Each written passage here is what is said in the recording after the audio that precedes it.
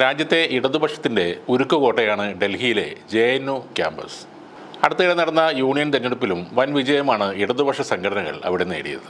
കേന്ദ്ര സർക്കാർ പിന്തുണയോടെ സംഘപരിവാർ ശക്തികൾ പരമാവധി ശ്രമിച്ചിട്ടും വൻ ഭൂരിപക്ഷമാണ് SFI ഉൾപ്പെടുന്ന ഇടതു സഖ്യത്തിന് ലഭിച്ചിരിക്കുന്നത്. തലസ്ഥാനത്തെ ഈ വിജയം രാജ്യത്തെ ഇടതുപക്ഷ പ്രസ്ഥാനങ്ങൾക്ക് നൽകിയ ആത്മവിശ്വാസവും വളരെ വലുതാണ്.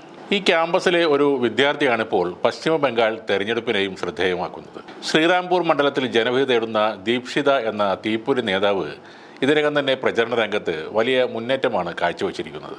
CPM സ്ഥാനാർത്ഥി പട്ടികയിൽ ദീപ്ഷിത ഉൾപ്പെടെയുള്ള 11 പേരും 35 വയസ്സിന് താഴെയുള്ളവരാണ് എന്നതും ശ്രദ്ധേയമാണ്. പശ്ചിമ ബംഗാളിലെ കുട്ടികളുടെ കൂട്ടായ്മയായ കിഷോർ ബാഹിനിയിലൂടെയാണ് ദീപ്ഷിത ധർ തൻ്റെ സംഘടനാ പ്രവർത്തനങ്ങൾ ആരംഭിക്കുന്നത്. തുടർന്ന് ദക്ഷിണ കൊൽക്കത്തയിലെ അസ്തോഷ് കോളേജിലെ പഠനകാലത്ത് അവർ SFIയിൽ ചേരുകയായിരുന്നു. ദീപ്ഷിതയുടെ ജീവിതത്തിലെ പ്രധാന വഴിത്തിരിവും SFI പ്രവേശനത്തിലൂടെയാണ് സംഭവിച്ചിരിക്കുന്നത്. നല്ലൊരു സംഘാടകയും മികച്ച പ്രാസംഗികയുമായ ദീപ്ഷിതയുടെ വാക്കുകൾ അധികാര കേന്ദ്രങ്ങളെ ചുട്ടുപൊള്ളിക്കുന്നതാണ്. അക്രമത്തിനും സ്ത്രീ പീഡനത്തിനുമെതിരെ ഇടത് സംഘടനകൾ സംഘടിപ്പിച്ച സമരമുഖങ്ങളിലും ദീപ്ഷിത ഏറെ സജീവമായിരുന്നു. 2019 SFIയുടെ ദേശീയ വനിതാ കൺവീനർ എന്ന നിലയിൽ സ്ത്രീകൾക്കും പെൺകുട്ടികൾക്കും നേരെ നടക്കുന്ന അതിക്രമങ്ങൾക്കെതിരെ സംഘടിപ്പിച്ച പ്രതിഷേധങ്ങളും ദേശീയ ശ്രദ്ധ പിടിച്ചു പറ്റുന്നതായിരുന്നു. പശ്ചിമ ബംഗാളിലെ ഇടതുപക്ഷ രാഷ്ട്രീയത്തിൻ്റെ പുതിയ മുഖം എന്നാണ് ദീപ്ഷിതയെ മാധ്യമങ്ങളും വിശേഷിപ്പിക്കുന്നത്.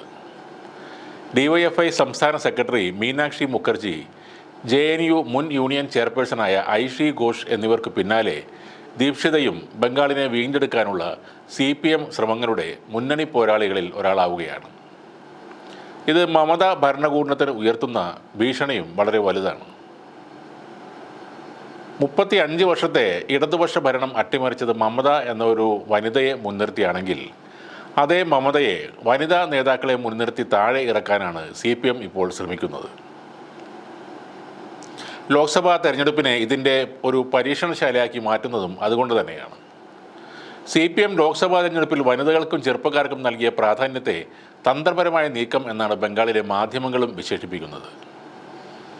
JNUവിലെ ഗവേഷക വിദ്യാർത്ഥിനി കൂടിയായ ദീപ്ഷിതയ്ക്ക് വേണ്ടി SFIയുടെ പ്രത്യേക സ്ക്വാഡും ശ്രീറാംപൂർ മണ്ഡലത്തിൽ സജീവമാണ്. കേരളത്തെക്കുറിച്ചും ഇവിടുത്തെ ഇടതുപക്ഷ പ്രസ്ഥാനങ്ങളുടെ ചരിത്രത്തെക്കുറിച്ചും കൃത്യമായ ബോധ്യമുള്ള ദീപ്ഷിത തൻ്റെ ഗവേഷണ വിഷയമായി തിരഞ്ഞെടുത്തിരിക്കുന്നത് പ്രത്യേകതകൾ നിറഞ്ഞ ഒന്നാണ്. മലപ്പുറം ജില്ലയിലെ പൊന്നാനിയിൽ നിന്നും ഗൾഫ് നാടുകളിലേക്കുള്ള കുടിയേറ്റത്തെക്കുറിച്ചാണ് അവർ ഗവേഷണം നടത്തിക്കൊണ്ടിരിക്കുന്നത്. പശ്ചിമ ബംഗാളിലെ തൃണമൂൽ സർക്കാരിനെയും കേന്ദ്രത്തിലെ മോദി സർക്കാരിനെയും ഒരുപോലെ കടന്നാക്രമിച്ചാണ് ശ്രീറാംപൂർ മണ്ഡലത്തിൽ നിന്നും ദീപ്ഷിത ജനവിധി തേടുന്നത്. തൊഴിലില്ലായ്മ കൊണ്ടും ശമ്പളക്കുറവ് കൊണ്ടും യുവജനങ്ങൾ ബുദ്ധിമുട്ടുകയാണെന്നും തൃണമൂൽ ആയാലും BJP ആയാലും ഇതിന് ഉത്തരം നൽകാൻ ബാധ്യസ്ഥരാണെന്നുമാണ് അവർ ചൂണ്ടിക്കാണിക്കുന്നത്. ഇത്തരം സന്ദർഭത്തിൽ ഇടതുപക്ഷമാണ് പ്രതിവിധി എന്നാണ് ദീപ്ഷിത വോട്ടർമാരെ ഓർമ്മിപ്പിക്കുന്നത്. ലേറ്റായാലും ലേറ്റസ്റ്റ് ആയി തന്നെ ബംഗാളിലും ഇടതുപക്ഷം അധികാരത്തിൽ തിരിച്ചെത്തുമെന്ന കാര്യത്തിലും ഈ യുവ കമ്മ്യൂണിസ്റ്റിന് വലിയ ആത്മവിശ്വാസമാണുള്ളത്.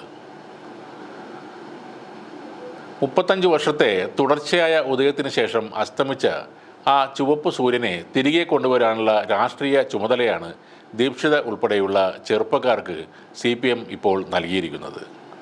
അതിൻ്റെ റിസൾട്ട് ഇത്തവണ ഉണ്ടാകുമെന്ന് തന്നെയാണ് CPM പ്രതീക്ഷിക്കുന്നതും. ചുവപ്പ് രാഷ്ട്രീയം തകർന്നടിഞ്ഞ ബംഗാളിൽ തിരിച്ചുവരവിൻ്റെ പ്രതീക്ഷകളും ശക്തമാണ്. DYFI സംഘടിപ്പിച്ച റാലിയിൽ 10 ലക്ഷത്തിലധികം പേർ പങ്കെടുത്തത് ഇടതുപക്ഷ മുന്നേറ്റത്തിൻ്റെ സൂചനയായാണ് വിലയിരുത്തപ്പെടുന്നത്. മീനാക്ഷി മുഖർജിയെയും ദീപ്ഷിതയെയും മമതാ ബാനർജിയുടെ കോട്ട പിടിച്ചെടുക്കാനുള്ള മുന്നണി പോരാളികൾ ആയി തന്നെയാണ് CPM കളത്തിലിറക്കുന്നത്.